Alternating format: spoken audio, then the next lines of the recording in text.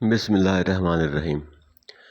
عبداللہ طاہر جب خراسان کے گورنر تھے اور نیشاپور اس کا دارالحکومت تھا تو ایک لوہار شہر ہرات سے نیشاپور گیا اور چند دنوں تک وہاں کاروبار کیا۔ پھر اپنے اہل و عیال سے ملاقات کے لیے وطن لوٹنے کا ارادہ کیا اور رات کے پچھلے پہر سفر کرنا شروع کر دیا۔ انہی دنوں عبداللہ طاہر نے سپاہیوں کو حکم دے رکھا تھا کہ وہ شہر کے راستوں کو محفوظ بنائیں تاکہ کسی مسافر کو کوئی خطرہ لاحق نہ ہو۔ اتفاق ایسا ہوا کہ سپاہیوں نے اسی رات چند چوروں کو گرفتار کیا اور امیر خراسان عبداللہ طاہر کو اس کی خبر بھی پہنچا دی، لیکن اچانک ان میں سے ایک چور بھاگ گیا۔ اب یہ گھبرائے، اگر امیر کو معلوم ہو گیا کہ ایک چور بھاگ گیا ہے تو وہ ہمیں سزا دے گا۔ اتنے میں انہیں سفر کرتا ہوا یہ لوہار نظر آیا۔ انہوں نے اپنی جان بچانے کے لیے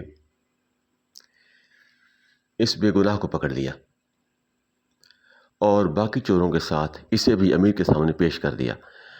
امیر خراسان سمجھا کہ یہ سب چوری کرتے ہوئے پکڑے گئے ہیں، اس لیے مزید کسی تفتیش و تحقیق کیے بغیر سب کو قید کرنے کا حکم دے دیا۔ نیک سیرت لوہار سمجھ گیا کہ اب میرا معاملہ صرف اللہ کی بارگاہ سے ہی حل ہو سکتا ہے اور میرا مقصد اسی کے کرم سے حاصل ہو سکتا ہے، لہٰذا اس نے وضو کیا اور قید خانے کے ایک گوشے میں نماز پڑھنا شروع کر دی۔ ہر 2 رکعت کے بعد سر سجدے میں رکھ کر اللہ تعالیٰ کی بارگاہ میں رقت آمیز دعائیں اور دل سوز مناجات شروع کر دیتا اور کہتا، اے میرے مالک، تو اچھی طرح جانتا ہے بے قصور ہوں۔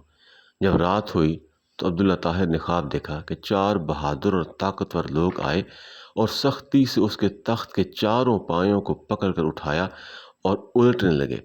اتنے میں اس کی نیند ٹوٹ گئی۔ اس نے فوراً لا حول ولا قوت الا باللہ پڑھا اور پھر وضو کیا اور اس احکم الحاکمین کی بارگاہ میں 2 رکعت نماز ادا کی جس کی طرف ہر شاہ و گدا اپنی اپنی پریشانیوں کے وقت رجوع کرتا ہے۔ اس کے بعد دوبارہ سویا تو پھر وہی خواب دیکھا۔ اس طرح 4 مرتبہ ہوا۔ ہر بار یہی دیکھتا کہ چاروں نوجوان اس کے تخت کے پایوں کو پکڑ کر اٹھاتے ہیں اور الٹنا چاہتے ہیں۔ امیر خراسان عبداللہ طاہر اس واقعے سے گھبرا گئے اور انہیں یقین ہو گیا کہ ضرور اس میں کسی مظلوم کی آہ کا اثر ہے۔ امیر خراسان نے رات ہی میں جیلر کو بلوایا اور اس سے پوچھا کہ بتاؤ، تمہارے علم میں کوئی مظلوم شخص جیل میں بند ہے تو نہیں کر دیا گیا؟ جیلر نے عرض کیا، عالی جناب، میں یہ تو نہیں جانتا کہ مظلوم کون ہے، لیکن اتنی بات ضرور ہے کہ ایک شخص کو دیکھ رہا ہوں جو جیل میں نماز پڑھتا ہے اور رقت انگیز دل سوز دعائیں کرتا ہے۔ امیر نے حکم دیا اسے فوراً حاضر کیا جائے۔ جب وہ شخص امیر کے سامنے حاضر ہوا تو امیر نے اس کے معاملے کی تحقیق کی۔ معلوم ہوا کہ وہ بے قصور ہے۔ امیر نے اس شخص سے معذرت کی اور کہا، آپ میرے ساتھ 3 کام کیجیے۔ نمبر 1، آپ مجھے معاف کر دیں۔ نمبر 2، میری طرف سے 1000 درہم قبول فرمائیں۔ نمبر 3، جب بھی آپ کو کسی قسم کی پریشانی درپیش ہو تو میرے پاس تشریف لائیں تاکہ میں آپ کی مدد کر سکوں۔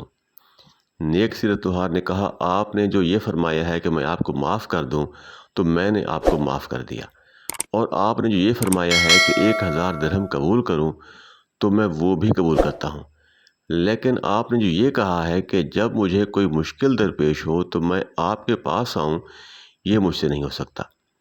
امیر نے پوچھا، یہ کیوں نہیں ہو سکتا؟ تو اس شخص نے جواب دیا کہ وہ خالق و مالک جل جلالہ جو مجھ جیسے فقیر کے لیے آپ جیسے بادشاہ کا تخت ایک رات میں 4 مرتبہ اوندا کر سکتا ہے، تو اس کو چھوڑ دینا اور اپنی ضرورت کسی دوسرے کے پاس لے جانا اصول بندگی خلاف ہے۔